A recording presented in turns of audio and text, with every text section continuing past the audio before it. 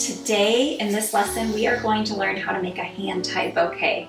So a hand-tied bouquet is arranging the bouquet in our hands and then finishing it off, either tying it with ribbon, a rubber band, and wrapping it in paper. This is perfect whether you are going to be selling at a farmer's market and you want to make a whole bunch of bouquets and take them with you to sell, or you want to give someone a bouquet, drop it off at their house. This is a great, simple way to put a bouquet together. So I'm going to show you what works for me. There's lots of ways to do this, and I don't believe there's a wrong way to do it. It's just a form of art, so let's get started.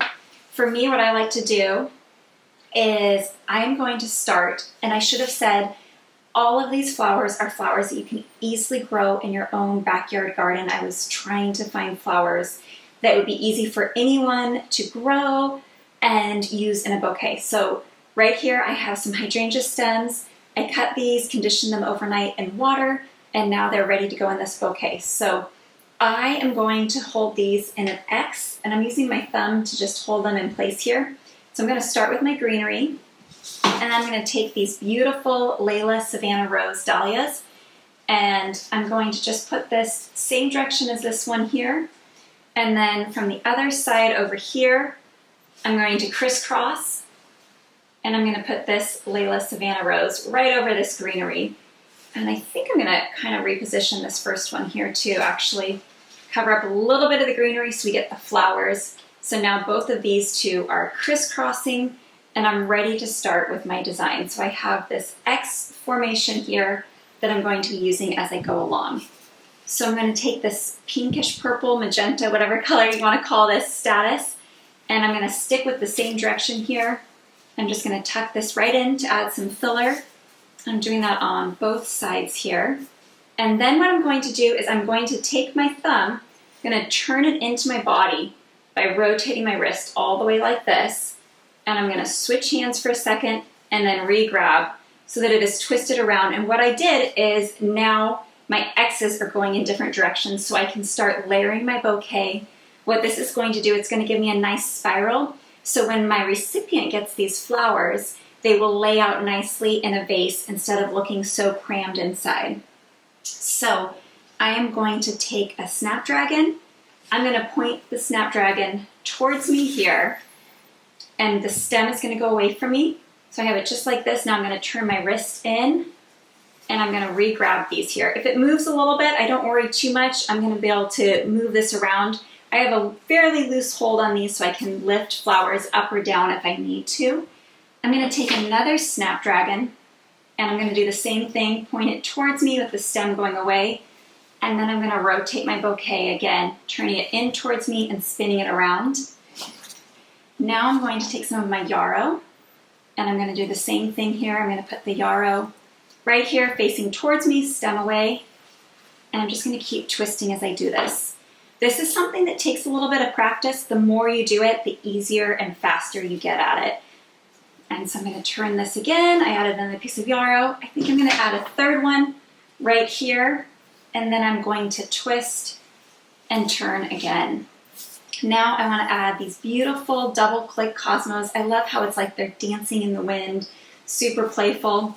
I'm going to tuck this here in the center, pointing the stem away from me, and I'm going to twist and turn again. You can see what's happening is the bottom of the stems are starting to spiralize and making a really nice formation here. So I'm going to add 2 more cosmos to this, and I already have one right here, so I'm just going to twist a little bit more and come in right here. Now I've got a lot of purple. I want to add some other colors, so I'm going to take these Narrows Rider dahlias, and I'm just going to tuck them right here, pointing the flower towards me, stem is going away, twisting my wrist in, and turning it around again. So I'm going to tuck this Narrows Rider in here, stem is going away, and twist it around. I want 3 of these in the bouquet, so I'm going to add another one right here. I like to vary the sizes of the dahlias in the bouquet, so I already have the large Layla Savannah Rose. These Narrows Rider are a little bit smaller, so they add a nice contrast in size. And I forgot to mention the cosmos are a nice, I just totally blanked on what I wanted to call them. So in a bouquet, I always like to have my greenery, my focal flowers, my discs, which are the cosmos, my spikes, which are the snapdragons, and my fillers, which are the yarrow and the statice in this. Now when I look at this and hold it back, I can see it's getting a little flat. So I can loosen up my grip and I can just pull the dahlia up a little bit, and I can vary and stagger some of the height in these flowers so they're not all just sitting at the same height. So I've got a loose grip on these. I'm gently pulling on them to change the height. I'm going to add a few more snapdragons here. So I'm going to tuck this one in right here. I'm going to twist and spin again and do the same thing right here. I have a couple more of these cosmos that I'll add right here. They're super fun and just bouncy. If I wanted to, I could cut some of these off because there are a lot right there, but I like the playfulness in this bouquet. So here we go. I'm going to spin this around to add some air to mine. I have these, which let me cut a few stems off and then I will lift it up and show you. This is Globe Amaranth right here. These make a beautiful dried flower, but they also just add a fun little piece of air to your arrangement. So I'm going to tuck a couple of these in here. They add a small little round disc, fun piece of air or filler. So I'm again just tucking, I'm pointing them towards me, stem is away from me, and I'm twisting and spinning. And look at how my bouquet is nicely fanning out into this spiral. I'm gonna just add a few more pieces. So look at here what we have so far. If I spin this around, it's looking quite nice, I think. And so now I'm gonna take some scented geraniums, add some greenery to the outside.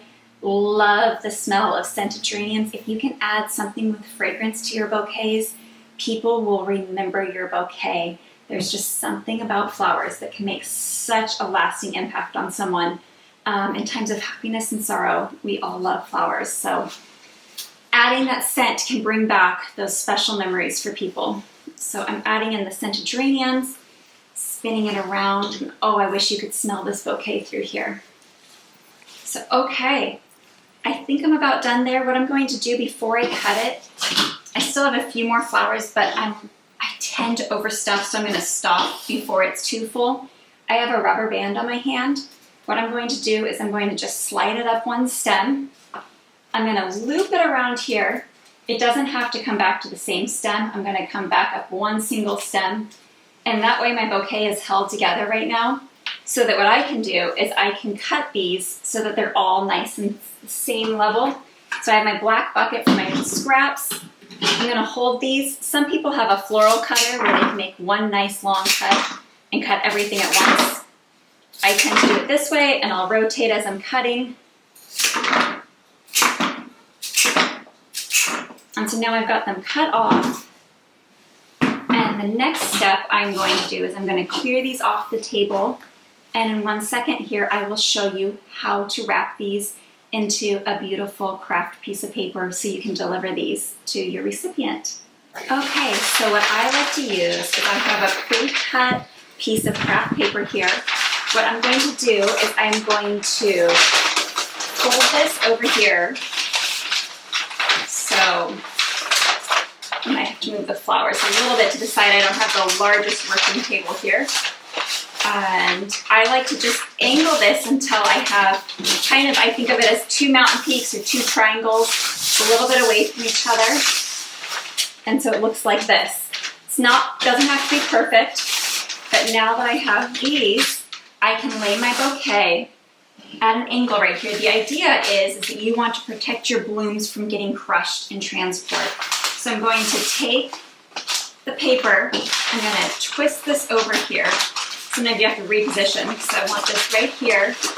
I'm going to wrap around here. And I'm going to come over here, and I'm just going to take a stapler. I'm going to staple the two pieces of paper here together, and then I like to take another rubber band, grab it right down here, gather all that paper, and this time I'm going to rubber band around the entire set of stems. I missed one there. Put that right here. If you use floral preservative, you could stick it right in there. Some people like to put a couple more rubber bands right here to hold the stems together. Look how beautiful that looks for a presentation. And I like to do one last thing, so give me just a second and I'll show you my final piece to finishing this bouquet. Okay, so my final step, I have these stickers for our business. It says the Flowering Farmhouse on it. And right where this little crease is, I'm just gonna stick this on here, put my hand in very gently to not crush any flowers. Make sure the sticker's on there.